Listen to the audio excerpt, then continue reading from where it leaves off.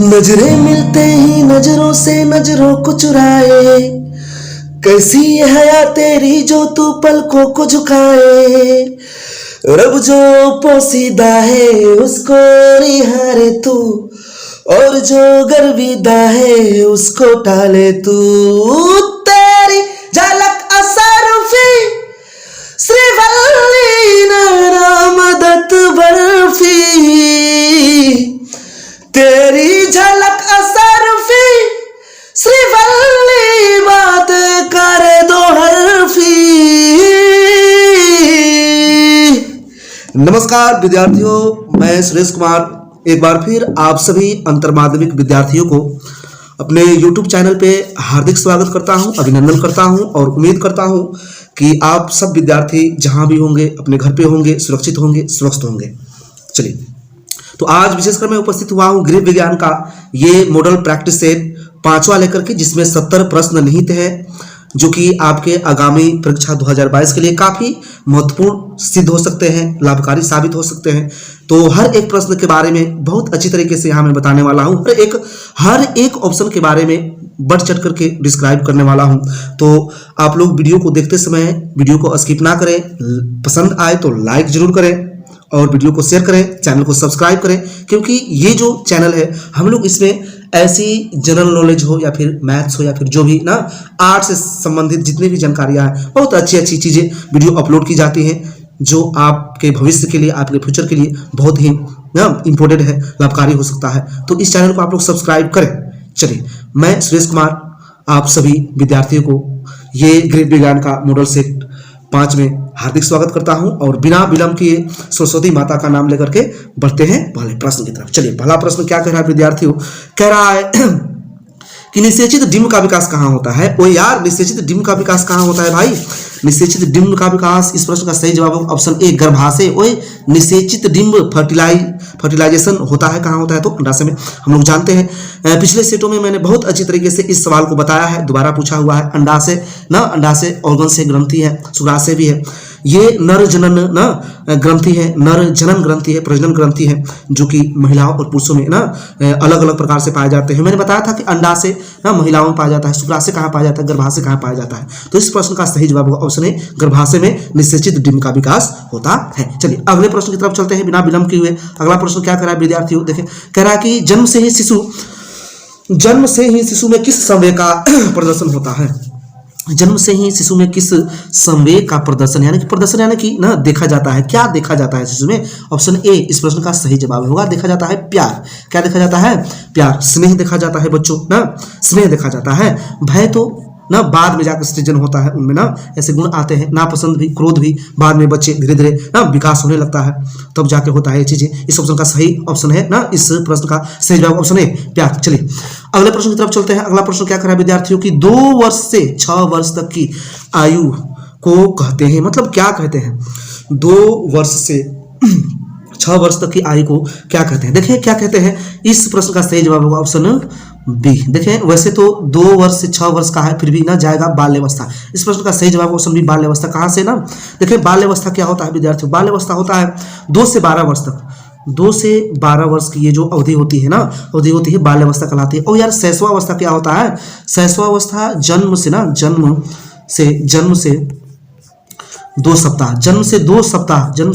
2 सप्ताह तक की अवधि जो होती है शैशवावस्था कहलाती है ना। फिर आगे देखें, आगे क्या कह रहा है ना, किशोरावस्था क्या होता है जी? किशोरावस्था होता है ना, मैंने बताया था। तो ये 12 से 21 वर्ष, 12 से कितना वर्ष? 21 वर्ष। 12 से 21 वर्ष की अवधि क्या कहलाती है विद्यार्थियों? किशोरावस्था कहलाती है। उसके बाद देखें प्रौढ़ावस्था क्या होता है?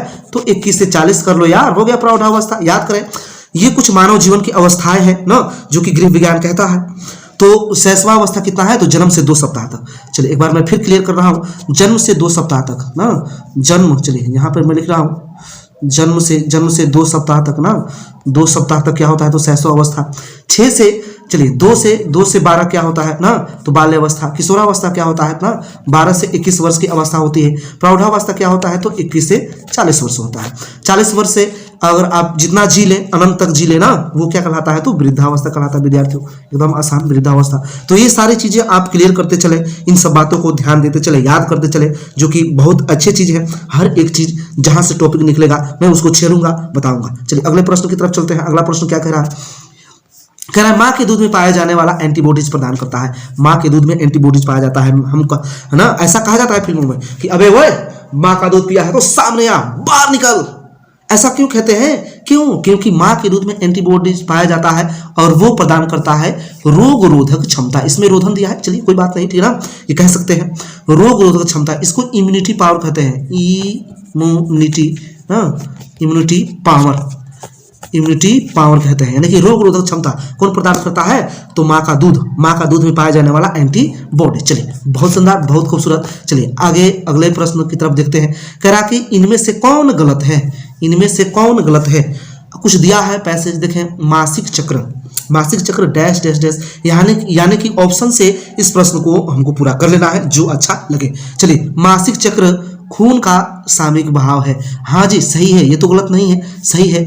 हमेशा बहुत कष्टदायक होता है। देखें, इस प्रश्न का जवाब मिल गया। इस प्रश्न का सही उत्तर होगा ऑप्शन बी, हमेशा बहुत कष्टदायी नहीं होता है। देखिए मासिक चक्र जो ना, मासिक धर्म भी कहते हैं इसको, रजो धर्म भी कहते हैं, हाँ, गृह विज्ञान की भाषा में रजो धर्म, मासिक चक्र, मासिक धर्म जो भी कह लें, ये हमेशा बहुत कष्टदायी नहीं होता है ना, ये एकदम इजी होता है, नॉर्मल होता है ना, इसकी अवधि होती है। चलिए सी है, देखें सी क्या है, गर्भावस्था को छोड़कर एक महिला की पूरी प्रजनन अवधि होती है। हाँ जी होती है, ये भी सही। तो इस प्रश्न का सही जवाब होगा ऑप्शन बी, ये गलत है, हमेशा कष्टदायी नहीं होता है मासिक धर्म, ये आप लोग मानते हैं। चलिए अगले प्रश्न की तरफ चलते हैं विद्यार्थियों। अगला प्रश्न क्या कह रहा है? कह रहा है कि एक नवजात शिशु के लिए 24 घंटे के अंदर दिया जाने वाला कौन सा टीका नहीं है? ध्यान दे, नहीं है, नहीं है। एक नवजात के लिए 24 घंटे के अंदर दिया जाने वाला कौन सा टीका नहीं है? BCG, bacillus Calmette Guerin. हाँ जी, दिया जाता है, दिया जाता है, दिया जाता है, दिया जाता है। चलिए इस OPV oral polio vaccine, OPV oral polio vaccine दिया जाता है। हाँ जी, दिया जाता है, ये भी दिया जाता है बच्चों। डीपीटी, देखें इस प्रश्न का सही जवाब होगा ऑप्शन सी। देखें डीपीटी का टीका ना, ये 24 घंटे, नवजात शिशु को 24 घंटे के अंदर नहीं दिया जाता है, बल्कि ये कुछ एक माह या फिर जो भी ना डिफरेंस होता है, अल्टरनेट पे दिया जाता है, लेकिन ये बाद में जाता है, 24 घंटे के अंदर नहीं दिया जाता है। ये डिप्थीरिया ना, डिप्थीरिया, टिटनस, परटूटिस, ये 3 रोगों के लिए संयुक्त रूप से एक टीका होता है जिसको डीपीटी कहते हैं। हेपेटाइटिस बी का भी टीका दिया जाता है, इस बात को आप लोग मान के चलें, ठीक है ना। चलिए तो इस प्रश्न का सही जवाब था ऑप्शन सी, डीपीटी का टीका नवजात शिशु को 24 घंटे के अंदर नहीं दिया जाता है। चलिए बहुत खूब, बहुत शानदार। अगले प्रश्न की तरफ बढ़ते हैं विद्यार्थियों। अगला प्रश्न देखें क्या कह रहा है। अगला प्रश्न कह रहा है कि निम्न में से कौन सा गर्भावस्था परीक्षण है? गर्भावस्था परीक्षण है मूत्र की जांच। ऑप्शन ए, यही तो सबसे सही लग रहा है ना। आजकल तो जमाना बहुत आगे बढ़ चुका है, तो इस प्रश्न का सही जवाब होगा ऑप्शन ए, मूत्र की जांच। रक्त की जांच से नहीं होता है, वजन की जांच से भी नहीं होता है। चलिए ये सब ऑप्शंस गलत है, अनबन है, इनको ध्यान में ना रखें। चलिए मूत्र की जांच सबसे ना अच्छा है गर्भावस्था परीक्षण के लिए। चलिए आज तक ये पाया गया है, गृह विज्ञान में भी यही निहित है, लिखा हुआ है। चलिए अगले प्रश्न की तरफ चलते हैं। अगला प्रश्न क्या कहता है विद्यार्थियों? कह रहा स्त्रियों में अंडाशय किसका निर्माण होता है? इन स्त्रियों के अंडाशय में किसका निर्माण होता है? सॉरी, स्त्रियों के अंडाशय में किसका निर्माण होता है? बताएं। आप सब विद्यार्थी सोचने का प्रयत्न करें, याद करने, स्मरण करने का प्रयत्न करने, मैंने हर चीज पढ़ाया हुआ है। चलिए इस प्रश्न का सही जवाब होगा ऑप्शन ए। यार अंडाशय में अंडाणु ही तो पाया जाएगा, अंडाशय में क्या पाया जाएगा? अंडाणु ही तो पाया जाएगा। चलिए बहुत खूब, बहुत शानदार। अगले प्रश्न की तरफ चलते हैं। अगला प्रश्न कह रहा है क्षय रोग से बचने के लिए कौन सा टीका लगाया जाता है? क्षय रोग से बचने के लिए कौन सा टीका लगाया जाता है? चलिए इस प्रश्न का सही जवाब होगा, मैं कहूंगा ऑप्शन बी, आंख मूंद के। कितनी बार मैंने पढ़ाया है, बीसीजी, बैसिलस कॉलमेट ग्यूरिन, ठीक है ना। बीसीजी क्षय रोग, बीसीजी का टीका क्षय रोग, टीबी, तपेदिक, राजयक्ष्मा कहते हैं ना, जो भी आप लोग कह लें। तो क्षय रोग से बचने के लिए कौन सा टीका लगाया जाता है? तो BCG, bacillus Calmette Guerin, bacillus Calmette Guerin, DPT, diphtheria, pertussis, tetanus, MMR ना, mumps, measles, rubella, hepatitis B के लिए लगाया जाता है। चलिए बहुत खूबसूरत, बहुत शानदार। फुल फॉर्म भी देखते चले आप लोग ना, पूर्ण रूप भी पूछता है जी आपके एग्जाम में। शुद्ध जल होता है, ऑप्शन ए रंगहीन, हाँ जी होता है, गंधहीन, हाँ जी होता है, स्वादहीन, हाँ जी, इनमें से सभी। इस प्रश्न का सही जवाब होगा ऑप्शन डी, इनमें से सभी। ये तो बार बार मिल चुके हैं प्रश्न, पिछले सेटों में भी मैंने बहुत अच्छी तरीके से बताया है। चलिए अगले प्रश्न की तरफ बढ़ते हैं। कह रहा है प्लास्टिक द्वारा मुख्यतः किस प्रकार का प्रदूषण होता है? प्लास्टिक द्वारा किस प्रकार का प्लास्टिक द्वारा मुख्यतः किस प्रकार का प्रदूषण होता है?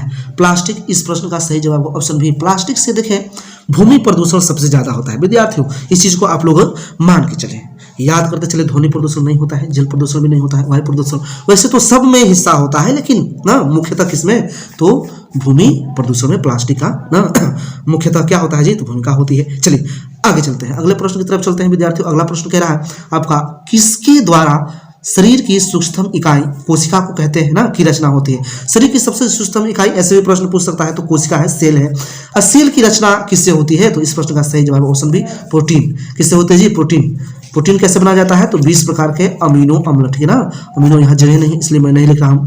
20 प्रकार के अमीनो अम्ल से क्या बनता है? तो प्रोटीन बनता है। और प्रोटीन से किसकी रचना होती है? तो कोशिका की। कोशिका क्या है? तो शरीर की सबसे सूक्ष्म इकाई है यार, यूनिट है। चलिए बहुत खूब, बहुत लाजवाब, अद्भुत। चलिए अगले प्रश्न की तरफ चलते हैं।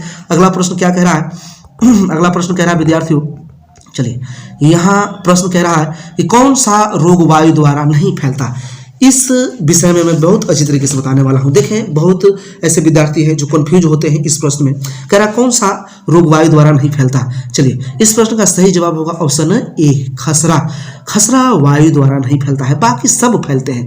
ये हैजा, हैजा कैसे फैलता है जी? तो जीवाणु। किससे फैलता है? तो जीवाणु। जीवाणु का नाम क्या है? हैजा। बताएं किससे फैलता है? तो विब्रियो कोलेरे ना, विब्रियो कॉलरी नामक जीवाणु से, विब्रियो कॉलरी नामक जीवाणु से हैजा फैलता है ना। देखिए सर्दी भी ये भी ना वायु से होता है ना। एक संक्रमित व्यक्ति अगर खांस देगा, छींक देगा तो दूसरे व्यक्ति में फैल जाता है जी ना। उसके बाद क्षय रोग कैसे होता है? तो ये भी जीवाणु से ही होता है कि नहीं जी? जीवाणु से होता है। अच्छा माध्यम क्या है? कह रहा है कौन सा रोग वायु द्वारा नहीं फैलता? वायु द्वारा ये सब, ये जीवाणु से तो होता है। क्षय रोग भी जीवाणु से होता है, हैजा भी जीवाणु, क्षय रोग भी जीवाणु, सर्दी ये भी बैक्टीरिया के कारण ही होता है। ये भी देखें चलिए, तो ये जो रोग फैलते हैं ना, ये जो रोग फैलते हैं बैक्टीरिया के कारण फैलते हैं ना।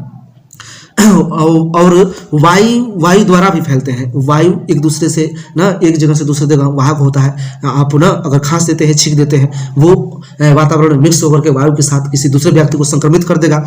लेकिन यहाँ देखें इस प्रश्न का सही जवाब है ऑप्शन ए खसरा। खसरा क्यों? तो ये विषाणु जनित रोग है जी। कैसा रोग है? विषाणु जनित, वायरस, ठीक है ना। खसरा कैसा रोग है? तो विषाणु जनित रोग है। और ये देखें खसरा ना, खसरा वायु द्वारा नहीं फैलता है, वायु द्वारा ये नहीं फैलता है, ये फैलता है विषाणु से। वायरस कहीं भी जा सकता है, आप लोग समझ सकते हैं, छुआछूत से या फिर जो भी हो ना, टच से, संपर्क से।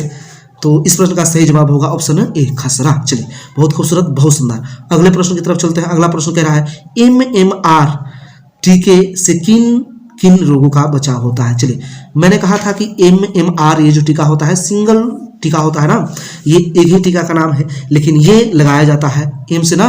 चलिए मिसलिस, चलिए मम्प्स, गलसुआ, ठीक है ना, और उसके बाद रुबैला। MMR 3 रोगों के लिए, यानी कि इस प्रश्न का सही जवाब होगा ऑप्शन डी, इनमें से सभी 3 रोगों के लिए मुख्य रूप से ये टीका लगाया जाता है। MMR का टीका ना, खसरा जिसको ना मिसलिस कहते हैं, मम्प्स मतलब गलसुआ, और रुबेला आर से, ठीक है ना। MMR हो गया यार, एकदम आसान है, कोई नहीं, अद्भुत। चलिए बहुत सुंदर। करा है अगला प्रश्न, पेचिस से पीड़ित बच्चों को दिया जाना चाहिए। पेचिस कैसे फैलता है? मैंने जब संक्रामक रोग, विभिन्न प्रकार के संक्रामक रोग पढ़ाया था, उसमें आप लोग को भली भांति बताया था कि पेचिस से पीड़ित बच्चों को ना क्या दिया जाना चाहिए। इस प्रश्न का सही जवाब होगा ऑप्शन डी, नमक एवं चीनी युक्त घोल दिया जाता है। चलिए पेचिस से पीड़ित बच्चों के लिए।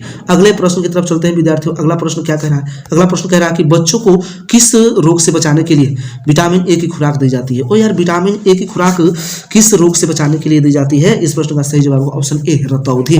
रतौंधी कहाँ होता है? आंखों का रोग है भाई, ये मत कह देना कि पैर का रोग है, आंखों का रोग है विटामिन ए की कमी से। अच्छा पोलियो के बारे में अच्छी तरह से बताया था, अतिसार के बारे में बताया था।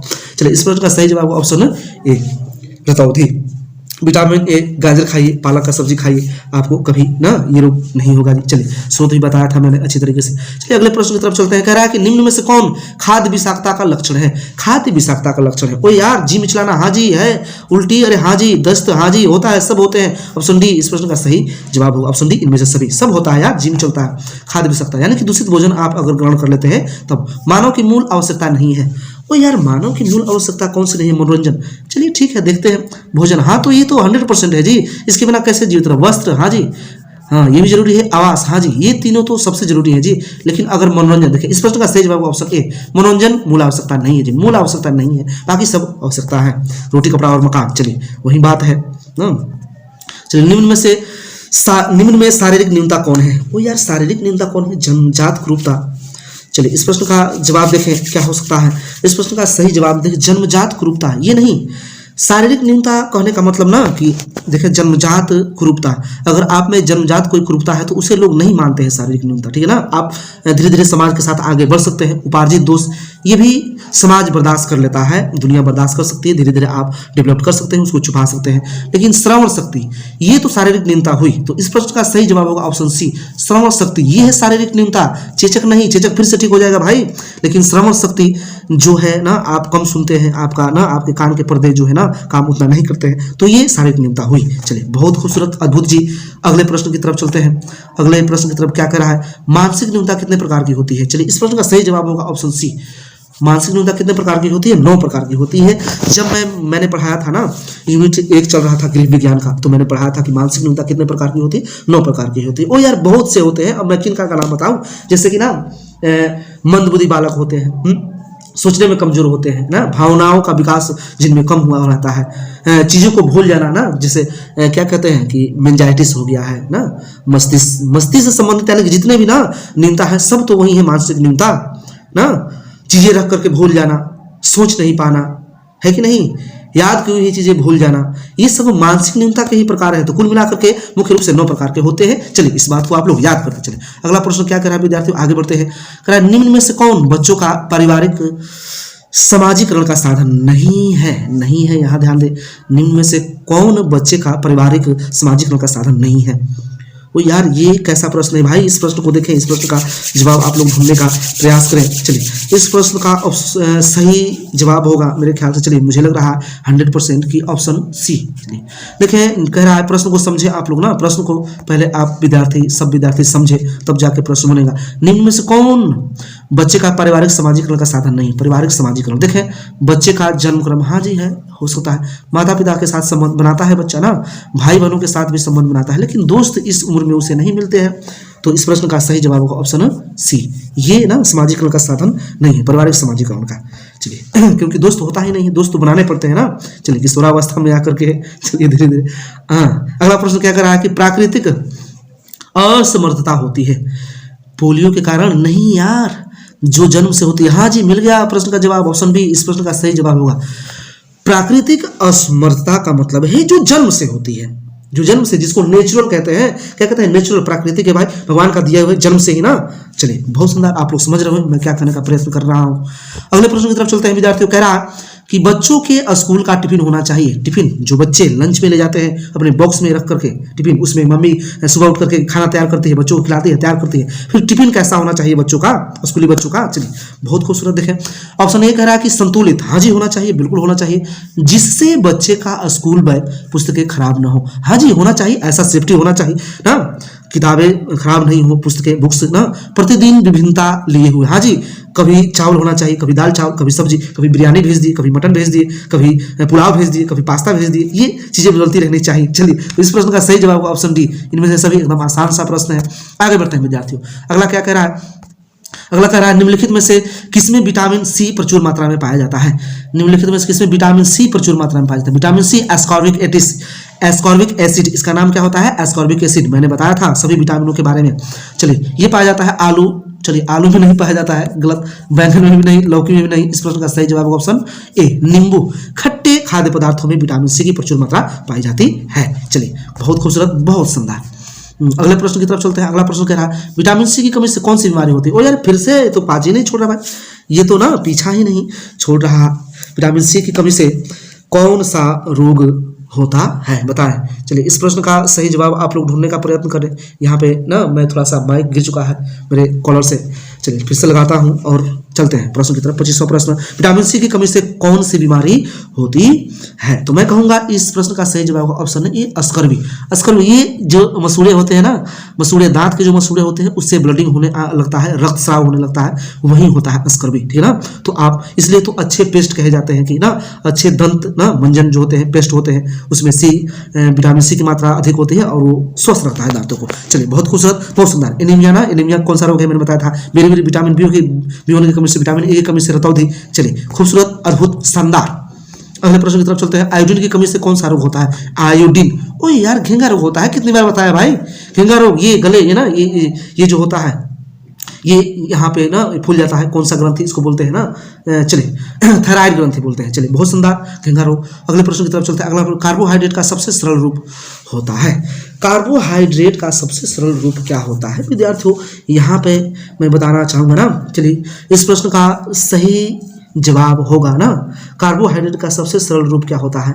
चलिए कार्बोहाइड्रेट का सबसे सरल रूप होता है ऑप्शन बी। इस प्रश्न का सही जवाब हम बहुत बार चेक हो चुका है ना, कई प्रश्नों में ये मतभेद हुआ है ना, कई सेटों में बहुत से ट्यूशन है, बहुत से ना ऐसे लोग हैं जो बताते हैं, लेकिन इस प्रश्न का सही जवाब आप लोग मान के चले बी। कार्बोहाइड्रेट का सबसे अच्छा स्रोत ना, सबसे सरल रूप सहज ग्लूकोज से मिलता है यार, कार्बोहाइड्रेट, एनर्जी, फुटबॉल। चलिए अगले प्रश्न की तरफ चलते हैं।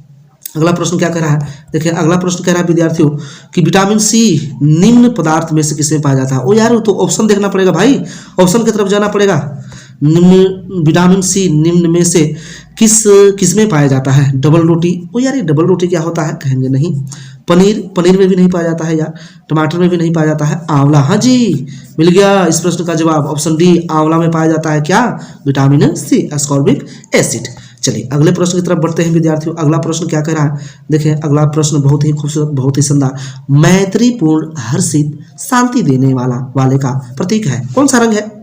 जो मैत्रीपूर्ण करता है, हर्षित देता है, शांति देने वाले का प्रतीक है। मैत्रीपूर्ण, दोस्ती, मित्रता हो जाती है भाई। हर्षित, आदमी खुश हो जाता है देखते ही। शांति, मन को शांति मिलती है। ऐसा रंग बताएं, ऐसा रंग बताएं, आप लोग जल्दी बताएं। इस प्रश्न का जवाब क्या होगा? इस प्रश्न का सही जवाब होगा ऑप्शन डी, हरा। क्या जी? हरा। इस प्रश्न का सही जवाब होगा ऑप्शन डी, हरा। हरा जो रंग है ना, मैत्रीपूर्ण, हर्षित, शांति देने वाला है। और मैं थोड़ा सा अगर इन्फॉर्मेशन आप सबको बताना चाहूँ तो हरा जो रंग होता है ना, ये ठंडक का प्रतीक होता है। हरा जो रंग होता है ठंडक ना, ठंडक, चलिए ठंडक, और क्या जी? शांति भी देता है। कौन रंग? तो हरा रंग, ग्रीन कलर। चलिए उसके बाद बाकी ऑप्शनों में भी देख लेते हैं। लाल क्या होता है भाई?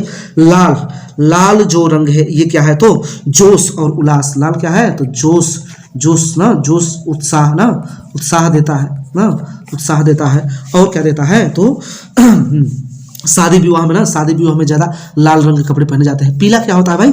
पीला क्या होता है यार? पीला तो सूर्य का रंग है। किसका रंग है? सूर्य का रंग होता है पीला, ठीक है ना। पीला, ठीक है, प्रसन्नता का रंग है, चमक दमक वाला रंग है, प्रसन्नता का रंग है, चमक दमक वाला रंग है जी पीला रंग, ठीक है ना। और भी बहुत कुछ। आशा का भाव है, आशा का भाव कौन देता है? तो पीला रंग। चलिए काले के बारे में भी देखते हैं ना। काला को काला मत कहो, काला तो बड़ा आला है। चलिए ना चलिए काला के बारे में देख लेते हैं। काला रंग, इसकी प्रकृति क्या होती है विद्यार्थी? तो काला रहस्य, देखिए रहस्य का प्रतीक होता है। ये गृह विज्ञान कहता है रहस्य का। काला मतलब रहस्य, और क्या जी? चलिए काला मतलब रहस्य, और क्या? बुद्धि का प्रतीक होता है। बुद्धि का भी प्रतीक होता है। कौन सा रंग? बुद्धि का प्रतीक। यहाँ जगह नहीं है इसलिए मैं नहीं लिख रहा हूँ, आप लोग समझे बातों को सुन करके। बुद्धि का प्रतीक, रहस्यमय प्रतीक कौन है? तो काला रंग है ना। चलिए बहुत शानदार, बहुत खूबसूरत। चलिए अगले प्रश्न की तरफ चलते हैं। अगला प्रश्न देखें गौर से, कह रहा है रेफ्रिजरेटर का प्रयोग होता है। ओ यार ये तो मैं 11वीं नहीं ना, बहुत बार इस प्रश्न को पढ़ा चुका हूँ। रेफ्रिजरेटर का प्रयोग होता है, इस प्रश्न का सही जवाब होगा ऑप्शन ए, प्रशीतन में। किसमें होता है जी? प्रशीतन, फ्रीजिंग कहते हैं ना। चलिए बहुत खूबसूरत, बहुत शानदार। अगला प्रश्न क्या कर रहा है? ढोकला किस विधि से बनाया जाता है? ढोकला किस विधि से बनाया जाता है? तो वाष्पन विधि से ना, वाष्पन विधि से बनाया जाता है। ढोकला मैंने बनाना भी सिखाया है अपने गृह विज्ञान के स्टूडेंट को, विद्यार्थियों को, अगर आप आयुष अकेडमी के विद्यार्थी हैं। चलिए ढोकला किस तरह से बनाया जाता है ये मैंने कई बैचों में ना, कई बैच जो ना 2000 लगभग हम लोग 18 से ही 19 से ही पढ़ा रहे हैं विद्यार्थियों को, तो बहुत बार सिखाया है। चलिए आगे चलते हैं। अगला प्रश्न क्या कह रहा है जी, अगला प्रश्न देखिए। अगला प्रश्न कह रहा है कि हार्मोन असंतुलन के सामान्य लक्षण है। कहने का मतलब हमारे शरीर में जो हार्मोन स्रावित होते हैं उनकी उनमें अगर असंतुलन आ जाए, अनबैलेंस्ड हो जाए, वो ना कहीं से जो हार्मोन्स निकलना है स्रावित नहीं हो, तो क्या होता है, तो पेट की वसा का बढ़ना, हाँ जी, चर्बी हो जाता है पेट की वसा का, घबराहट होती है, चिड़चिड़ाहट होती है, अनिद्रा, ये सब लक्षण है। ये सब क्यों आ रहे हैं? आपको ज्यादा नींद क्यों आती है? आप चिड़चिड़े से क्यों रहते हैं ज्यादा?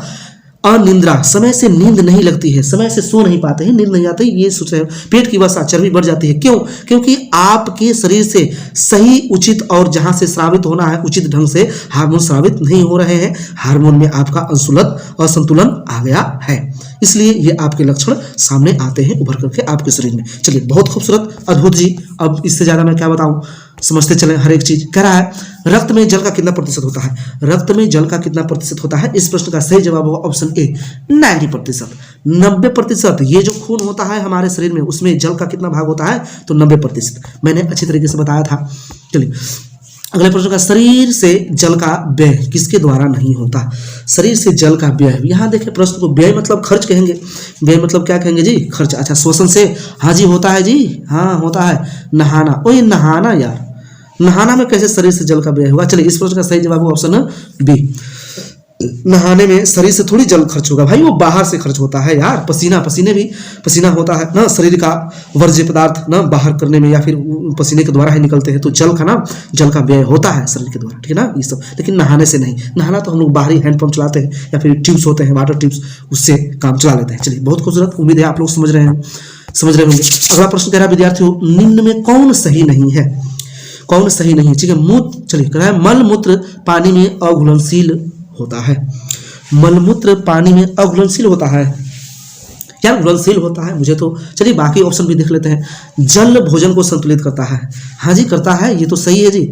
निर्जलीकरण घातक होता है, हाँ जी, very danger. Dehydration is very danger. जल की प्राप्ति भोजन से होती है, हाँ जी, ये तो सारे सही है सिवाय एक के। ऑप्शन ए इस प्रश्न का सही जवाब होगा। निम्न में कौन सही नहीं है? तो मल मूत्र पानी में अघुलनशील होते हैं, नहीं होते हैं, घुल सकते हैं। चलिए इस बात को आप लोग कंठस्थ करते चलें, स्मरण करते चलें, याद करते चलें। चलिए यहाँ मैं पीडीएफ को थोड़ा सा छोटा कर रहा हूँ ना। कह रहा है स्वच्छ जल होता है, ओ यार फिर से ये प्रश्न पूछ दिए भाई, रंगीन होता है, गंधीन होता है, कीटाणु रहित होता है। चलिए इस प्रश्न का सही जवाब ऑप्शन डी, इनमें से सभी। बहुत खूब, बहुत ही लाजवाब। कह रहा है शहरी क्षेत्रों में इनमें से कौन सी क्रिया दंडनीय है? खुले क्षेत्र में शौच करना, हाँ जी दंडनीय होता है जी। ये तो शहरों से ही, आजकल ग्रामीण क्षेत्र में भी ये सारे ना योजनाएं चल रही हैं ना, शौचालय गांव-गांव में बनवाए जा रहे हैं। चलिए सार्वजनिक स्थलों में धूम्रपान, हाँ जी ये भी वर्जित है। लाउड स्पीकर बजाना, हाँ जी, तो यहाँ देखें सभी तो सही है, लेकिन इस प्रश्न में होना चाहिए इनमें से सभी अगर रहता तो ये प्रश्न का जवाब सही होता। शहरी क्षेत्रों में इनमें से कौन सी क्रिया दंडनीय है? सब दंडनीय है, ठीक है ना, सब दंडनीय है। हाल ही में सोनू निगम ने एक मुद्दा चला था जो कि लाउड स्पीकर से संबंधित विवाद था जी ना। अजान से आवाज आती थी ना, वो मुस्लिम भाई वर्ग लोग थे, हिंदू थे ना, और सोनू निगम ने इस पर ट्वीट किया था, जो बहुत बड़ा एक विवादित मुद्दा हो चुका था लाउड स्पीकर बजाना ना। तो 10 बजे के बाद ऐसा कुछ ना, 10 बजे के बाद नहीं बजाना है, ये सारे नियम कानून बने हैं संविधान में। तो आप लोग इस बात को समझें कि खुले क्षेत्र में शौच करना दंडनीय है, सार्वजनिक क्षेत्र में धूम्रपान, लाउड स्पीकर बजाना, ये सब इनमें सभी। इस प्रश्न का सही जवाब होना चाहिए इनमें से सभी डी, लेकिन नहीं दिया है, फिर भी कोई नहीं, आप लोग क्लियर करते चले। मैं हूं ना आप लोग के साथ, मैं हूं आप लोग के साथ। किसका है ये तुमको इंतजार, मैं हूं ना, देख लो इधर तो एक बार, मैं हूं ना। खामोश क्यों हो, जो भी कह रहा है कहो, दिल चाहे जितना प्यार उतना मांग लो, तुमको मिलेगा उतना प्यार में हूं ना। किसका है ये तुमको इंतजार, में हूं ना, देख लो इधर तो एक बार, मैं हूं ना। चलिए ये पढ़ाई है, विद्या है, संगीत भी एक विद्या है तो पढ़ाई के साथ साथ मनोरंजन भी जरूरी है विद्यार्थियों। तो बीच बीच में ये मेरा एक आध गाने चलते रहेंगे ना, क्योंकि आप पढ़ते समय बोर ना हो ना, आपको दुर्गति ना लगे पढ़ते हुए, तो आप लोग म्यूजिक का भी आनंद लें। ठीक है, चलिए आगे बढ़ते हैं अगले प्रश्न की तरफ। क्या कह रहा है कि निम्न में से कौन पर्यावरण प्रदूषण को नियंत्रित करने में सहायक है? निम्न में से कौन पर्यावरण प्रदूषण को नियंत्रित करने में सहायक? यहाँ नियंत्रण की बात की, कंट्रोल की बात की जा रही है। कौन सा? चलिए ऑप्शन ए की तरफ चलते हैं। फैक्ट्री के धुओं को नियंत्रित करना। हाँ जी सही है, बिल्कुल सही है। ओए यार सीएनजी ना, कंप्रेस्ड नेचुरल गैस वाहनों का प्रयोग करें। हाँ जी ये भी सही है। ज्यादा पेड़ लगाना। ओ यार ये तो सबसे अच्छा है। क्या कह दिए गुरुजी? ऑप्शन डी इस प्रश्न का सही जवाब होगा, ऑप्शन डी। इनमें सभी नियम आप फॉलो करें, अपनाएं, तो पर्यावरण का प्रदूषण जो होगा कंट्रोल हो जाएगा। चलिए बहुत खूबसूरत, बहुत सुंदर। अगले प्रश्न की तरफ चलते हैं। क्या कर रहा है अगला प्रश्न? इनमें से कौन खाद्य के सड़ने का बाहरी कारक नहीं है? प्रश्न को ध्यान से पढ़ना है। इनमें से कौन खाद्य के सड़ने का बाहरी कारक नहीं है? चलिए अच्छा, जीवाणु। चलिए देख लेते हैं। रासायनिक पदार्थ, एंजाइम, बाहरी आघात। देखिए इनमें जो खाद्य पदार्थ जो है सड़ने का कारण, इस प्रश्न का सही जवाब होगा ऑप्शन ए। ऑप्शन ए इस प्रश्न का सही जवाब होगा। जीवाणु के कारण ना आप ना खाद्य पदार्थ जो होते हैं नहीं सड़ते हैं। आप रासायनिक पदार्थ उसमें डाल दें तो सड़ने लगते हैं। एंजाइम्स भी होते हैं ना, तो उनके कारण भी खाद्य पदार्थ सड़ने लगते हैं। बाहरी आघात कि चोट लग जाए, सब्जी हो या फिर फ्रूट्स हो, उनको चोट लग जाए ना तो फिर वे क्या हो सकते हैं, तो खराब हो सकते हैं, सड़ सकते हैं। लेकिन जीवाणु के कारण ना नहीं सड़ते हैं खाद्य पदार्थ। तो इस प्रश्न का सही जवाब था ऑप्शन ए, जीवाणु। चलिए मैं क्या बताना चाह रहा हूँ, क्या बताने का प्रयत्न कर रहा हूँ, आप लोग समझे इस बात को। चलिए अगला प्रश्न कह रहा है विद्यार्थियों कि कीटनाशक दवाइयों का कुप्रभाव दूर करने के लिए सामग्री को अच्छी तरह चाहिए और क्या धोना चाहिए? हाँ जी धोना। चलिए सबसे तो धोना। इस प्रश्न का सही जवाब होगा ऑप्शन ए, धोना ही चाहिए, साबुन से धोना। फिर से एक गाना निकलेगा मेरे मुंह से। चलिए अच्छा, इसी गाने पे सबके लिए संदेश है मेरा स्पेशल। ठीक है, सभी विद्यार्थियों के लिए अंतर माध्यमिक जो भी मुझे पढ़ते हैं, जो भी मुझे देखते हैं, पसंद करते हैं। कर रहा है लोगों को बीमार कोरोना, चाइना से आया ये बेकार कोरोना, कि साबुन से धोना हाथों को बार बार, कोई भी जरूरी काम हो तुम घर से ना निकलना मेरे यार, मिलजुल के हमको है इस वायरस को धोना। चाइना से आया ये बेकार कोरोना, जीतेंगे हम, हार जाएगा कोरोना। चलिए तो बहुत शानदार। हाँ तो कीटनाशक दवाइयों का कुप्रभाव दूर करने के लिए सामग्री को अच्छी तरह चाहिए, क्या करना चाहिए, तो धोना। साबुन से हाथों को बार बार धोएं, ये सबसे निवेदन है। कोरोना वायरस चल रहा है, उससे बड़ा भी आया है ओमिक्रॉन। अब क्या कहें इसके विषय में आप लोग जानते हैं। चलिए अगले प्रश्न की तरफ चलते हैं विद्यार्थियों। अगला प्रश्न क्या कह रहा है? अगला प्रश्न कह रहा है कि पाक क्रिया से भोजन हो जाता है। ओ यार पाक भोजन को हम लोग क्यों पकाते हैं? तो सुपाच्य हो जाता है। सुपाच्य कह रहा है, अपाच्य, नष्ट, महंगा। नहीं, इस प्रश्न का सही जवाब होगा ऑप्शन ए, सुपाच्य, पचने योग्य हो जाता है, बहुत अच्छी तरीके से पचता है, इसलिए तो भोजन को पकाते हैं कि पका के खाओ यार। चलिए बहुत खूबसूरत, बहुत सुंदर। सिरका होता है, ओए सिरका एसिटिक अम्ल। सिरका क्या होता है? एसिटिक, अम्लीय अभिकारक। इस प्रश्न का सही जवाब होगा ऑप्शन बी। सिरका क्या होता है? तो अम्लीय अभिकारक। सिरका जिसको एसिटिक अम्ल भी कहते हैं ना। चलिए बहुत खूबसूरत, बहुत सुंदर। आप लोग याद करते चलें, बहुत अच्छी चीजें मैं बताने वाला हूं आपको इस वीडियो के अंतर्गत। निम्न में से किस वस्तु पर ISI मार्क लगाया जाता है? निम्न में से किस वस्तु पर ISI मार्क लगाया जाता है? ओ यार इस प्रश्न का सही जवाब होगा ऑप्शन ए, पाउडर दूध में किसका लगाया जाता है? तो ISI मार्क, इंडियन स्टैंडर्ड। मैंने बताया था इंडियन, एस से स्टैंडर्ड ना, स्टैंडर्ड खतन बड़ा स्टैंडर्ड, उसके बाद आई से इंस्टीट्यूट। यहाँ पे जगह नहीं है इसलिए मैं नहीं लिख रहा हूँ। आई से इंडियन, एस से स्टैंडर्ड और ना चलिए फिर से आई से इंस्टीट्यूट, इंडियन स्टैंडर्ड इंस्टीट्यूट। ठीक है ना। ISI का मार्क लगा रहता है ना पाउडर दूध में। और भी बता दूं, चलिए थोड़ा सा और यहाँ पे डिस्क्राइब मैं करना चाहूँगा। ISI का मार्क जो होता है किन किन वस्तु पर लगाया जाता है, तो मैं बता दूं ना। ISI का मार्क जो लगाया जाता है ना, तो बाल आहार जितने भी होते हैं, बाल आहार यार, बाल ना चाइल्ड फूड्स होते हैं, बाल आहार में लगाया जाता है। उसके बाद इलेक्ट्रॉनिक्स जितने भी सामान होते हैं, इलेक्ट्रॉनिक ना, बिजली, पंखा, छत, पाइप, टंकी, ये गैस ना, चूल्हा, इन सब में किसका ना, ये पत्थर हो गया, टीन हो गया ना, जो छप्पर लगता है, उसके बाद प्लाई वगैरह, प्लाईवुड वगैरह, इन सब में किसका मार्क होता है, तो ISI का मार्क होता है ना। चलिए और भी चीजें मैं बता दूं कि सेविंग ब्लेड, सेविंग जो ब्लेड करते हैं उनमें भी ISI का मार्क होता है। डिटर्जेंट पाउडर जो हम लोग सर्फ ना, ऐसे सर्फ कपड़ों को साफ करने के लिए लगाते हैं, उसमें भी ISI मार्क होता है। फ्रिज, फ्रिज देखे हैं सब। बिस्कुट, बिस्कुट जो बच्चे खाते हैं ना, उसमें भी ISI का मार्क होता है। नहाने का जो साबुन होता है ना, तरल साबुन होता है, उसमें भी ISI का मार्क होता है। उसके बाद देखें बाकी ये जो ऑप्शंस हैं, घी, घी में किसका एक मार्क का होता है जी, मक्खन में किसका जी एक मार्क। यानी कि कृषि से संबंधित जितने भी वस्तुएं होती हैं ना, जैसे दाल है ना, चावल है, अनाज है, गेहूं है, घी है, मक्खन है, सब में खाद्य तेल है, सब में किसका तो एक मार्क। कौन सा मार्क जी विद्यार्थी, सब एक मार्क का चिन्ह लगाया जाता है। यहाँ पे जगह नहीं है इसलिए मैं लिख नहीं रहा हूं, आप लोग मेरी बातों को सुने और समझे, याद करते चले। चलिए अगला प्रश्न क्या कह रहा है, अगला प्रश्न कह रहा है कि FPO, ओ यार FPO मार्क वाले खाद्य पदार्थ हैं। चलिए जैम, हाँ जी है, जेली, हाँ जी है, अचार, हाँ जी है। चलिए इनमें सभी, इस प्रश्न का सही जवाब ऑप्शन डी, इनमें सभी। FPO का फुल फॉर्म क्या होता है मैं फिर से बताऊंगा। FPO, F से फ्रूट, F से क्या कहते हैं जी, फ्रूट कहते हैं, FRUIT। चलिए स्पेलिंग छोटे का याद किया हुआ, फ्रूट। P से प्रोडक्ट, P से क्या कहेंगे जी, प्रोडक्ट। चलिए प्रोडक्ट, और O से ऑर्डर, ठीक है ना, हो गया फ्रूट, प्रोडक्ट, ऑर्डर।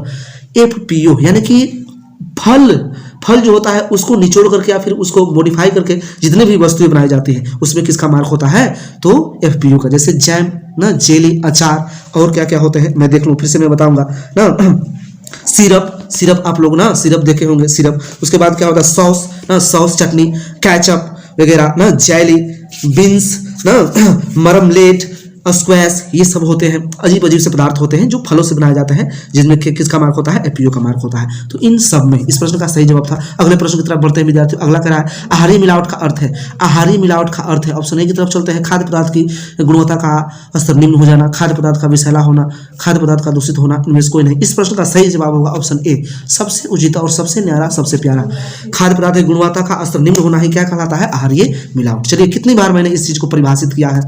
अगले प्रश्न की तरफ चलते हैं। नमक में कौन सा खनिज मिलाया जाता है, ओ यार कैल्शियम नहीं मिलाया जाता है, लौह तत्व भी, पोटेशियम नहीं, क्या मिलाया जाता है, आयोडीन। इस प्रश्न का सही जवाब ऑप्शन सी, आयोडीन मिलाया जाता है। ये अच्छी तरीके से आप लोग समझे। अगला प्रश्न कह रहा है एक गिलास पानी को शुद्ध करने के लिए ब्लीचिंग पाउडर की कितनी मात्रा डाली जाती है। एक ग्लास है ना, ग्लास ऑफ वाटर है, ग्लास ऑफ वाटर है, उसको शुद्ध करना है, अगर वो दूषित है तो आप उसमें कितना ब्लीचिंग पाउडर डालें कि वो शुद्ध हो जाए। तो इस प्रश्न का सही जवाब होगा, अब मैंने प्रयोग में लैबोरेटरी में बताया है ये सारी चीजें अपने विद्यार्थियों को, कि एक चाय चम्मच, जो आप चाय पीने में शक्कर डालने में जिस चम्मच का प्रयोग करते हैं उसी चम्मच से एक चम्मच क्लोरीन डाल दीजिए, एक गिलास पानी शुद्ध हो जाएगा। चलिए बहुत खूबसूरत, बहुत सुंदर। अगले प्रश्न की तरफ चलते हैं। कह रहा निम्न में से कौन सा, चलिए कह रहा है निम्न में से कौन सा, निम्न में से कौन जीवन बीमा निगम का लाभ है। जोखिम कवरेज, हाँ जी, कभी बाय द वे आपका एक्सीडेंट जोखिम आ गया तो उसका कवरेज करता है, सुरक्षा करता है, समय पे काम आता है। ऋण सुविधा, हाँ जी, कर्ज देता है। कर लाभ, हाँ जी, देता है। इनमें से सभी, इस प्रश्न का सही जवाब हो इनमें सभी, सब लाभ है जीवन बीमा के, लाइफ इंश्योरेंस के। चलिए आप लोग अच्छी तरीके से जानते होंगे। धन को बढ़ाने के लिए क्या करना चाहिए, धन को बढ़ाने के लिए क्या करना चाहिए। किसान विकास पत्र, हाँ जी, लेना चाहिए। बैंक में फिक्स डिपॉजिट करना चाहिए, हाँ जी। मोटर, ओए ये क्या मोटर भाई, नहीं, यानी कि इस प्रश्न का सही जवाब ऑप्शन डी, ए और बी दोनों, ए और बी दोनों इस प्रश्न का सही जवाब होगा। किसान विकास पत्र आप डाकघर ना, पोस्ट ऑफिस से जाकर के ले सकते हैं, जो कि बचत का एक बहुत अच्छा साधन है। बैंक में फिक्स डिपॉजिट कर सकते हैं, सावधि जमा जिसको कहते हैं। चलिए बहुत सुंदर, बहुत खूबसूरत। अगले प्रश्न की तरफ चलते हैं। कटे फटे चेक को क्या कहते हैं, कटे फटे चेक हो जाते हैं उसको क्या कहते हैं। इस प्रश्न का सही जवाब ऑप्शन ए, विकृत चेक कहते हैं। कोरा चेक जिसमें कुछ नहीं लिखा होता है, सीमित राशि चेक ना, ये भी एक प्रकार का चेक होता है, आप लोग समझे। तो इस प्रश्न का सही जवाब होगा ऑप्शन ए, विकृत चेक कहते हैं जो कटे फटे चेक आते हैं बैंक्स में। चलिए अगले प्रश्न की तरफ चलते हैं विद्यार्थियों। करा भारत सरकार ने लघु उद्योगों में सहायता देने के लिए कौन सी संस्था की स्थापना की है, कौन सी संस्था की स्थापना की है। तो ये प्रश्न जो है पिछले सेटों में बन चुका था, इसलिए मुझे अभी भी याद है कि इस प्रश्न का आंसर क्या होना चाहिए। इस प्रश्न का सही जवाब होगा ऑप्शन ए, लघु उद्योग सेवा। देखिए लघु उद्योगों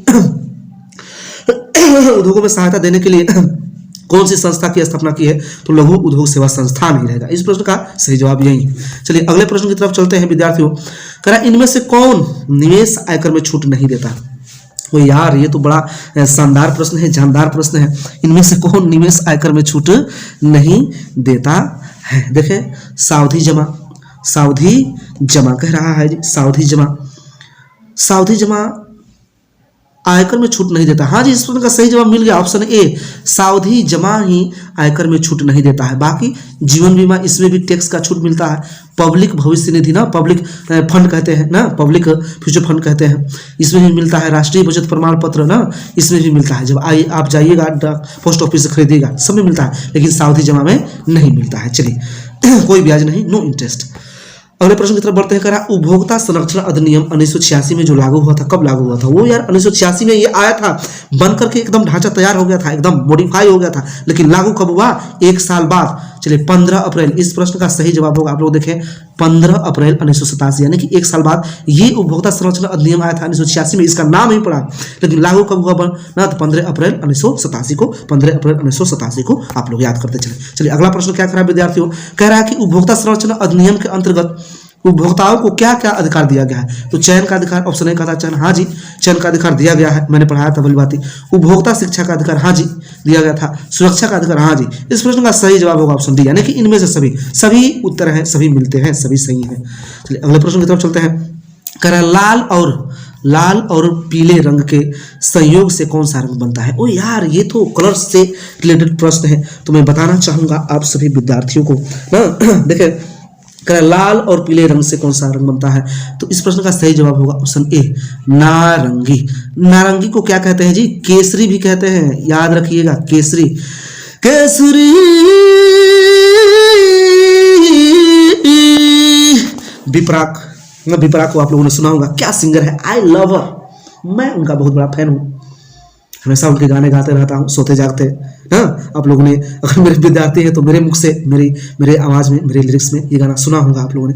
चलिए तो लाल और पीले रंग के संयोग से ये प्राथमिक रंग है, बनता क्या है? तो नारंगी रंग बनता है, जिसको केसरी भी कहते हैं। अच्छा, नारंगी ना, नारंगी कैसा होता है? तो केसरी रंग का होता है। दोनों रंग एक ही हैं। देखें आप लोग इस प्रश्न में विचलित ना हो, अगर परीक्षा में रहता है नारंगी या केसरी तो बात एक ही है। चलिए अब और भी कुछ देख लेते हैं ना, और भी कुछ देख लेते हैं। चलिए कैसे कैसे बनता है, आप लोग को मैंने भली भांति पढ़ाया, लेकिन फिर भी बताऊंगा, ठीक है ना। अच्छा, लाल और नीला, लाल प्लस नीला जब बनता है, नीला, चलिए यहाँ पर जगह नहीं इसलिए नहीं लिख रहा हूँ। लाल और नीला बनता है तो कौन सा रंग बनता है? तो बैंगनी बनता है। क्या बनता है? बैंगनी। क्या बनता है जी? बैंगनी। और पीला और नीला, पीला और नीला, पीला और इसमें जोड़ देंगे नीला, पीला प्लस नीला, पीला प्लस नीला तो बन जाएगा क्या जी? पीला प्लस नीला क्या बन जाएगा? तो हरा बन जाएगा, ठीक है ना, हरा। चलिए लाल और पीला क्या बना? नारंगी, अर्थात केसरी भी कह सकते हैं। और लाल और नीला क्या बना? बैंगनी ना। और पीला और नीला क्या बना? तो हरा। चलिए बहुत खूबसूरत, ये द्वितीयक रंग है जी, मैंने अच्छी तरीके से पढ़ाया अपने विद्यार्थियों को। अगला प्रश्न करा, कौन सी रेखा लंबाई की भाषी है? ओए लंबाई कहा जाता है ना कि जो छोटे कद के लोग होते हैं ना, बहुत से ऐसे भारत देश है, दुनिया है, तो छोटे कद के जो लोग होते हैं उन्हें ये गृह विज्ञान कहता है कि लंबी रेखा वाला शर्ट पहने, लंबी रेखा वाला कमीज खरीदें और उसको सिलवा करके पहने तो वे लंबे दिखाई देंगे। इसलिए खड़ी रेखा, कौन रेखा? खड़ी रेखा। इस प्रश्न का सही जवाब होगा ऑप्शन ए, खड़ी रेखा। कौन सी रेखा लंबाई की भाषी? तो खड़ी रेखा, खड़ी रेखा। चलिए बहुत खूबसूरत, आप लोग समझ रहे होंगे अच्छी तरीके से। अगला प्रश्न देखें क्या कर रहा है विद्यार्थियों, कह रहा है द्वितीयक रंग कितने प्राथमिक रंगों के मिश्रण से बनता है? चलिए तो इस प्रश्न का सही जवाब ऑप्शन 2, अभी तो मैंने बताया था। चलिए पीला प्लस नीला, चलिए पीला मैं लिख रहा हूं हिंदी में ना, पीला प्लस नीला बराबर क्या बनता है? पीला प्लस नीला बराबर क्या बनता है? ग्रीन। क्या बनता है बच्चों? ग्रीन। ये पीला और नीला प्राथमिक रंग है, दो रंग जब मिलेंगे तो ग्रीन बनेगा, हरा बनेगा, अभी मैंने बताया था। उसके बाद देखें दूसरा कॉम्बिनेशन क्या होता है, तो लाल प्लस नीला, तो यहाँ प्लस में लिख दूं ना, चलिए फिर से लिख रहा हूँ हिंदी में ही, लाल प्लस क्या? नीला। लाल प्लस नीला जब मिलेगा तब क्या बनेगा जी? तो बैंगनी, बैंगनी बनेगा। क्या बनेगा जी? बैंगनी बनेगा। चलिए एक और स्ट्रक्चर होता है लाल प्लस पीला, अभी देखें लाल प्लस, यहीं भी मैं बता दे रहा हूँ, यहीं पे देखें लाल प्लस पीला। चलिए सॉरी फॉर दैट, यहाँ पे पीडीएफ थोड़ा सा गड़बड़ होते हुए, लेकिन मैं फिर से संभाल लिया। चलिए लाल प्लस ना, चलिए, लाल प्लस पीला जब बनता है तो क्या बनता है? नारंगी। नारंगी को भी क्या बोलते हैं? तो केसरी बोलते हैं। क्या बोलते हैं बच्चों? केसरी। देखिए कितनी अच्छी बात मैं बता रहा हूं आप सबको। अद्भुत अद्भुत, क्या बात क्या बात। चलिए, बहुत खूबसूरत, बहुत सुंदर लिखे। अच्छा देखें, अगला प्रश्न कह रहा है, परिधान के उपयोग के बाद किस गतिविधि की आवश्यकता तुरंत होती है? किस गतिविधि? तो देखिए, मरम्मत करना। नहीं नहीं नहीं, ये तो गलत बात है जी। कैसे? तुरंत थोड़ी फट जाएगा, धब्बे छुड़ाना, तुरंत थोड़ी थोड़ी थोड़ी दाग लग जाएगा जी। नहीं, हवा देना नहीं। इस प्रश्न का सही जवाब है ऑप्शन बी, आयरन करना। जब भी आप नए वस्त्र पहन रहे हैं, कहीं 2-4 जगह घूमे, उसके बाद उतारे ना, उसके बाद इस्त्री करना पड़ता है नए कपड़ों को, तब ना। चलिए, तुरंत आवश्यकता पड़ती है जी इस्त्री की, आयरन की। चलिए, अगला प्रश्न कह रहा है, निम्न में सूती तंतुओं की कौन सी विशेषता है? गर्म, कहाँ यार ठंडे होते हैं। सूखने की क्षमता, ये भी गलत है। लचकदार, नहीं, ये भी गलत है। आसानी से रंगाई, आसानी से रंगाई। चलिए, इस प्रश्न का सही जवाब होगा आसानी से रंगाई। सूती वस्त्र व सूती तंतुओं की क्या विशेषता होती है? तो आप उसमें आसानी से रंग चढ़ा सकते हैं, कलाई कर सकते हैं, रंग सकते हैं। रंगाई याद रखें। रंगाई से याद आ रहा है, रंगाई दोगी मुझको क्या सनम,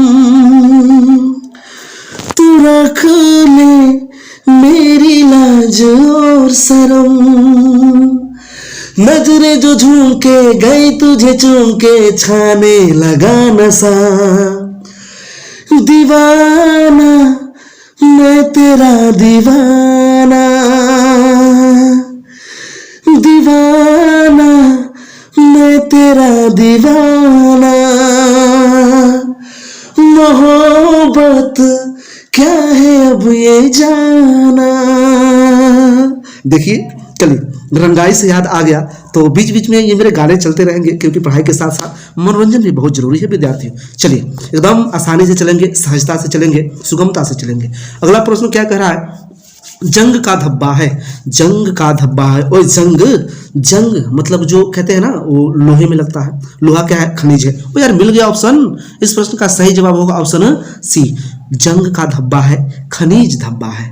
खनिज, जितने भी खनिज होते हैं, मिनरल्स होते हैं, अगर उनसे आपके कपड़े में, वस्त्र में, परिधान में दाग लगते हैं, दाग धब्बे लगते हैं, तो आप कहेंगे खनिज धब्बा है। प्राणिज धब्बा क्या होता है? जितने भी प्राणी हैं ना, मांस ना, मछली, दूध, अंडा ना, दूध कहाँ से आता है? प्राणी से आता है। गाय देती है, भैंस देती है। तो जितने भी प्राणियों के वस्तुओं से या प्राणियों के ना चीजों से आपको अगर दाग धब्बा लगे ना, तो कहिएगा प्राणिज धब्बा। चिकनाई धब्बा, चिकनाई के धब्बे ना, जो हम कह दें घी हुआ ना, मक्खन हुआ, और रसदार सब्जियों का जो ना, वो क्या सूप वगैरह बनाते हैं ना, इन सब से अगर आपको धब्बा लग गया तो कहिएगा चिकनाई का धब्बा है जी। वनस्पतिक धब्बा, चाय है, कॉफी है, फूल है ना, फल है, सब तो वनस्पति है। इनसे अगर आपको धब्बा लगे, दाग लगे, तो कहिएगा वनस्पतिक धब्बा। देखिए कितना आसान है याद करना, नो प्रॉब्लम, नो टेंशन, आराम से ना। देखिए, अगला प्रश्न क्या कर रहा है विद्यार्थियों? प्रतिष्ठित, पुराना और वैभवशाली ना, वैभवशाली का प्रतीक है। मैंने पहले ही बताया था। इस प्रश्न का देखें क्या हो सकता है जवाब, आप लोग ढूंढने का प्रयत्न करें। इस प्रश्न का सही जवाब होगा ऑप्शन ए। मैंने कहा था पीला, क्या जी? पीला। इस प्रश्न का सही जवाब ऑप्शन ए, पीला प्रतिष्ठित, पुराना और वैभवशाली का प्रतीक है, जो कि सूर्य का रंग है। जो कि किसका रंग है जी? सूर्य का रंग है ना। और क्या जी? तो प्रसन्नता का, चमक दमक का रंग है। चलिए, मैंने बताया था अच्छी तरीके से सब रंगों के बारे में अगले प्रश्न, पिछले प्रश्न में। चलिए, अगला प्रश्न देखते हैं विद्यार्थियों क्या कह रहा है। कह रहा है कि वनस्पतिक दाग धब्बों को किन माध्यमों द्वारा हटाया जा सकता है? वनस्पतिक यहाँ किस दाग धब्बे के बारे में कहा है? विशेषकर वनस्पतिक। तो देखें, इस प्रश्न का सही जवाब होगा ऑप्शन बी, अमोनिया, जिसको कहते हैं NH3, जिसका ना केमिकल फॉर्मूला होता है, सूत्र होता है, रासायनिक फॉर्मूला होता है, रासायनिक संकेत NH3 होता है, अमोनिया। अमोनिया आप ना, अमोनिया का प्रयोग करें, वनस्पतिक दाग धब्बे आराम से मिट जाएंगे। चलिए, चाय हो या फिर कॉफी हो ना, अगर उसका धब्बा आपके शर्ट में है तो आप अमोनिया का प्रयोग कर सकते हैं। चलिए, खूबसूरत, शानदार। कह रहा है अगला प्रश्न, कीड़े से बनने वाला रेशा। और आंख मूंद के ऑप्शन ए, रेशम। रेशम, कीड़े से कौन बनता है भाई? रेशम ना। चलिए, ये बहुत ज्यादा प्रसिद्ध है, तो सोचने वाली बात ही नहीं है इसमें। अगला प्रश्न देखें क्या कह रहा है विद्यार्थियों, अगले प्रश्न की तरफ चलते हैं। अगला प्रश्न कह रहा है गुणवत्ता कितने प्रकार की होती है। गुणवत्ता कितने प्रकार की होती है बताएं विद्यार्थियों। गुणवत्ता होती है 3 प्रकार की। कितने प्रकार की? 3 प्रकार की। गुणवत्ता कितने प्रकार की होती है? 3 प्रकार की। ये मुख्य रूप से रंगों में ना, कपड़ों में परिधान जब आप पढ़ेंगे तब आता है गुणवत्ता। 3 प्रकार की होती है। अब देखें क्या होता है, तो गुणवत्ता कितने प्रकार का होता है। देखें अलग अलग रंगों में अलग, माने 3 ही प्रकार के होते हैं, रंग में हो ना या फिर कपड़ों में हो ना। जैसे देखें हम कह सकते हैं ह्यू, क्या कहते हैं जी? ह्यू। और दूसरा क्या होता है तो ना मूल्य होता है। क्या होता है? मूल्य। और तीसरा क्या होता है तो तीव्रता। तीसरा क्या होता है विद्यार्थियों? तीव्रता। तो ये 3 गुणवत्ता होते हैं कपड़ों में। ह्यू क्या होता है तो रंग मात्र के नाम को ही ह्यू कहते हैं। क्या कहते हैं? रंग, नीला पीला जो भी रंग हो उसका नाम है तो भाई ह्यू कहेंगे। क्या कहेंगे? ह्यू। ठीक है ना। उसके बाद मूल्य। मूल्य क्या होता है भाई तो उन्हीं रंगों और आकृतियों को, कलरों को देख करके मूल्य आंका जाता है। तीव्रता क्या होती है तो गाढ़ापन, रंग का ना भारीपन ना, गाढ़ापन की लंबी अवधि तक चले, ये सारी चीजें होती हैं। चलिए अगले प्रश्न की तरफ चलते हैं। देखें कह रहा है गुणवत्ता का चिन्ह है। ओ यार अभी तो पढ़े थे गुणवत्ता का चिन्ह है। तो गुणवत्ता का चिन्ह देखें अब आ गया। ऑप्शन ए सिलाई, हाँ जी है। बंधक, हाँ जी है। अस्तर है, हाँ जी है। तो ये भी 3 प्रकार से गुणवत्ता, याद रखें आप लोग 3 ही प्रकार से होते हैं, चाहे वो रंगों की हो या फिर कपड़ों की, सिलाई की हो ना, मजबूती की, 3 ही प्रकार से होते हैं। बहुत खूबसूरत, बहुत सुंदर, इनमें से सभी होगा इस प्रश्न का जवाब। चलिए देखें अगला प्रश्न क्या कह रहा है विद्यार्थियों। अगला प्रश्न देखें क्या कह रहा है। अगला प्रश्न कह रहा है कि सूखी धुलाई इस्तेमाल किए जाते हैं। सूखी, ड्राई ना, ड्राई जो ना सूखी धुलाई होता है। देखें सूखी धुलाई किसके लिए, तो इस प्रश्न का सही जवाब है ऑप्शन सी, रेशमी वस्त्रों के लिए सूखी धुलाई का प्रयोग किया जाता है। ठीक है। चलिए क्यों होता है ये बहुत बड़ा रीजन है ना, मैंने पढ़ाया है अपने विद्यार्थियों को। अगर आप मेरे विद्यार्थी हैं आयुष अकेडमी के तो अच्छी तरीके से ये बात जानते होंगे। फिर भी कोई दिक्कत नहीं, मैं सब्जेक्टिव लेकर के आऊँगा ना, उसमें अच्छी तरीके से बताऊंगा। चलिए अगले प्रश्न की तरफ चलते हैं। अगला प्रश्न कह रहा है विद्यार्थियों ना, ऊनी वस्त्र को निम्न में से कौन से पानी से धोना चाहिए। कौन से पानी से धोना चाहिए। ठंडा बिल्कुल नहीं जी, गर्म बिल्कुल नहीं जी, गुनगुने, हाँ जी मिल गया। इस प्रश्न का सही जवाब है गुनगुने, यानी कि थोड़ा कहते हैं ना सुसुम टाइप का गुनगुना पानी, जब गुनगुन, वैसे गुनगुने वस्त्र में ना हल्का सा सुसुम बोलते हैं अपने बोलचाल की भाषा में, तो वैसे पानी में, गुनगुने पानी में ऊनी वस्त्र को धोना चाहिए। चलिए खूबसूरत, शानदार, अद्भुत, लाजवाब। अगला प्रश्न कह रहा है गृह सज्जा के मुख्य साधन कौन से हैं। गृह सज्जा के मुख्य साधन कौन से हैं यार। ओए यार गृह सज्जा, फर्नीचर, हाँ तो है जी, बिल्कुल जी है। पर्दे, हाँ जी है। छोटे सजावटी सामान, हाँ जी। इस प्रश्न का सही जवाब मिल गया ऑप्शन डी, इनमें सभी है गृह सजावट ना की सामग्री। चलिए गृह सज्जा की सामग्री है। अगला प्रश्न कह रहा है नमी युक्त वस्त्रों पर किस चीज की दाग लग जाती है। देखिए जहां रूम ना, कमरे का तापमान बहुत ठंडा होता है तो कपड़े दीवार में ना लटके या फिर कहीं रखे हैं, उसमें देखें काला धब्बा या कुछ फंगस उंगस विशेष प्रकार की ना आकृति बन जाती है, दाग धब्बे लग जाते हैं। किस चीज की दाग लग जाती है, तो इस प्रश्न का सही जवाब होगा ऑप्शन ना क्या जी ए, जहां नमी नहीं होती वहां फफूंदी तीव्र गति से ना क्या करते हैं जी, तो रिएक्टिवेट होते हैं, ज्यादा क्या कहते हैं बढ़ते हैं, संख्या बढ़ती है, इसलिए फफूंदी की दाग लग जाती है। चलिए बहुत खूबसूरत, बहुत सुंदर। आज का आखिरी प्रश्न ना इस सेट का कह रहा है इनमें से कौन घरेलू कार्य पति और पत्नी द्वारा साझा किया जा सकता है। ऑप्शन ए की तरफ चलते हैं। बहुत शानदार प्रश्न है। देखें कह रहा है कपड़े धोना, हाँ जी, कभी धर्मपत्नी धोए, कभी पति ना, कभी हस्बैंड, कभी वाइफ धोए, क्या दिक्कत है, हो सकता है। खाना बनाना, हाँ जी, ऑफिस से जो है ना हस्बैंड जो है लेट से पहुंचा तो औरत को ना पत्नी को खाना बना देना चाहिए, वाइफ को। अगर वाइफ कहीं लेट से ना मेहमानी वगैरह या फिर जो भी शॉपिंग वगैरह से लेट आती है तो पति कर ले अपना खाना बनाने, साझा कर सकते हैं। बर्तन धोना, हाँ जी, बर्तन धोना भी साझा कर सकते हैं। तो इस प्रश्न का सही जवाब होगा ऑप्शन डी। तो चलिए ये आखिरी मॉडल प्रैक्टिस सेट था और आखिरी प्रश्न कितना जानदार है ना, पति पत्नी पर आधारित कि कैसे लोग साझा कर सकते हैं। तो सब कपड़े भी धो सकते हैं, खाना भी बना सकते हैं और बर्तन भी धो सकते हैं और ना सब कर सकते हैं। गाना आप लोगों ने सुना होगा अरिजीत सिंह का, कितना अच्छा गाना है। वो तेरे कांधे का जो तिल है, वो तेरी बिजली का जो बिल है, वो तेरे सीने में जो दिल है, आज से मेरा हो गया, आज से तेरी सारी रतियां मेरी हो गई, आज से तेरा दिन मेरा हो गया।